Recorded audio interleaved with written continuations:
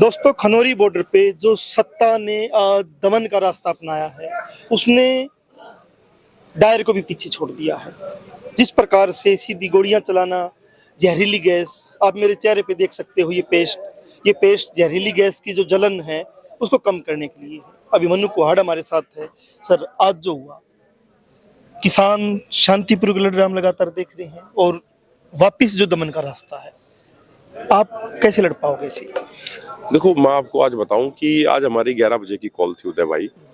लेकिन शंभू बॉर्डर से हमारे पास 10:30 पौने 11 बजे संदेश आया कि अभी आप रुकिए, कोई बातचीत चल रही है, जब तक हम अगला संदेश ना दें तब तक आपको आगे नहीं बढ़ना है। तो हम वहाँ शांतिपूर्ण तरीके से खड़े थे, हमारे सभी नौजवान कंट्रोल रूम में थे। अचानक से उधर से पुलिस वाली साइड से कुछ सिविलियंस आए हुए थे और वो जोर जोर से जय श्री राम, जय माता दी के नारे लगा रहे थे, लोगों को उकसाने का प्रयास कर रहे थे। हमारे नौजवानों ने, लोगों ने कहा कि भाई आप इनको रोकिए, लेकिन जब तक हम वो बात कर रहे थे अचानक से गोलाबारी शुरू हो गई और बहुत जहरीली गैस के गोले छोड़े गए। हम वहाँ खुद मौजूद थे। एक बार तो ऐसा लगा कि जैसे अब फेफड़े जाम हो गए, जैसे सांस आना बंद हो गया, जैसे हार्ट अटैक जैसी सिचुएशन हो जाती है। उसके बाद उन्होंने सीधे फायर किए 315 बोर के, 32 बोर के, 12 बोर के, और सीधा किसानों को निशाना बनाया गया। एक किसान शुभकरण सिंह भटिंडा से उनके सर पे गोली लगी और उनकी शहादत हो गई है, और 4-5 किसान गोली लगने से और मैं एक बार जानना चाहता हूँ, जो दर्शकों को, किसान की उम्र 50 साल भी होती है, 70 साल का भी किसान होता है, उसकी उम्र कितनी थी? जो शुभकरण सिंह की जिनकी देहांत हुआ, जिनकी शहादत हुई, वो 22 साल के नौजवान किसान थे। और मेरी आंखों के सामने उनको जब गोली लगी और वहाँ फर्स्ट एड देने का प्रयास किया गया, लेकिन वो कोई रिस्पॉन्स नहीं दे पा रहे थे। और फिर उनको पातड़ा तक जब लेके गए तो पातड़ा हॉस्पिटल में उनको डेड घोषित कर दिया गया। और आज उनकी डेथ तो मौके पे ही हो गई थी, लेकिन पातड़ा हॉस्पिटल में उनको डेड घोषित कर दिया गया। और मतलब जिस तरीके से उदय भाई, सच में आज जो ये वाकया देखे, जो पूरा मंजर देखा, सवाल बड़ा गंभीर है। लेकिन एक सवाल मन में जरूर आता है कि क्या ये सरकार हमें इस देश का नागरिक मानती है या नहीं मानती। मतलब जलियांवाला बाग कांड पहले पढ़ा था, सुना था, लेकिन आज जलियांवाला बाग से भी बर्बर घटना हमने देख ली। मतलब जैसे औरंगजेब के राज में, अंग्रेजों के राज में होती थी, उससे भी आगे बढ़ के जिन्होंने ये किया है। और जब ये गोलाबारी करके भी ये नहीं थके तो शाम को 3:30-4 बजे ये गोलाबारी करते हुए बैरिकेडों से इधर आते हैं, और जो हमारे किसान भाई ट्रॉलियों में सो रहे थे उनके साथ मारपीट करी गई। उनको बोरियों में डाल के उनको टांगे उनकी तोड़ दी गई, दोनों टांगे। एक सिरसा के ओड्डा ब्लॉक के साथी, उनकी टांगे तोड़ दी गई। एक हिसार के साथी, उनकी छर्रे मारे गए हैं, उनको चेहरे पे छर्रे लगे हैं, और उनको बोरियों में डाल के ले गए। ट्रैक्टर तोड़े गए, 25-30 ट्रैक्टर ट्रॉलियां तोड़ी गई। ये क्या नया तरीका है कि आर्थिक नुकसान किया जाए, ट्रैक्टरों को तोड़ा जाए, गाड़ियों को तोड़ा जाए?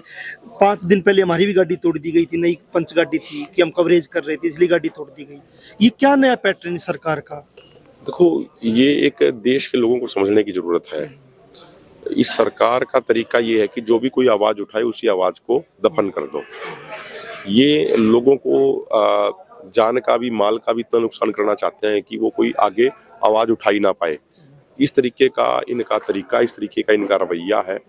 और मुझे लगता है कि वैसे लोकतंत्र नाम की चीज देश में बची नहीं है, लेकिन जितना भी लोकतंत्र बचा है 5%, 7%, वो लोकतंत्र भी मुझे लगता है कि खतरे में है। अभिमन्यु जी, मुझे एक सवाल है कि कितने लोगों को इंजर्ड हुए हैं आज के दौर में, और कितने लोगों को सूचनाएं मिल रही कि हरियाणा के फोर्स के लोग उठा के ले गए हैं? और एक सवाल साथ में ये भी है, क्या फोर्स पंजाब के अंदर आके इस प्रकार की कार्रवाई कर सकती है? ये पूरा क्या? तो ये सबसे महत्वपूर्ण सवाल है। फोर्स को इधर आने का कोई भी अधिकार नहीं है, कोई भी हक नहीं है। हरियाणा और पंजाब के किसान बड़ी संख्या में यहाँ पे बैठे हुए हैं। देखो, लगभग अगर छर्रों की बात करोगे तो 400-500 लोगों को छर्रे लगे हैं। मुझे भी यहाँ पे छर्रा लगा है।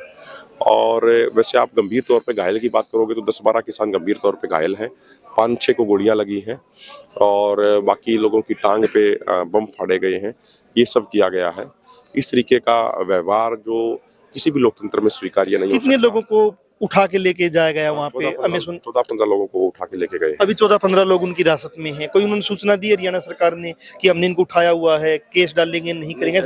ऐसी कोई सूचना भी उन्होंने नहीं दी। सर, आखिरी सवाल है कि आज जो हुआ है, जो दमन का रास्ता एक बार अख्तियार किया है, कल तक बातचीत चल रही थी, सरकार की आज दमन का एकदम रास्ता अपना लिया है डायर जैसा, तो भविष्य में आप लोगों का क्या रहेगा? देखिए, आज बातचीत के वो निवेदन, बातचीत का ऑफर दे रहे थे, लेकिन बातचीत के लिए हमने स्पष्ट मना कर दिया, ऐसे माहौल में बातचीत नहीं हो सकती।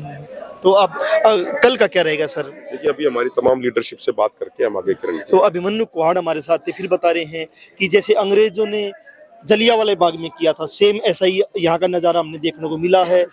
आर्थिक नुकसान पहुंचाने की, शारीरिक नुकसान पहुंचाने की और यहाँ तक जान लेने की भी कोशिशें सत्ता के द्वारा की गई है। जनमंच के साथ आप बने हुए थे, नए अपडेट के साथ फिर हाजिर होंगे।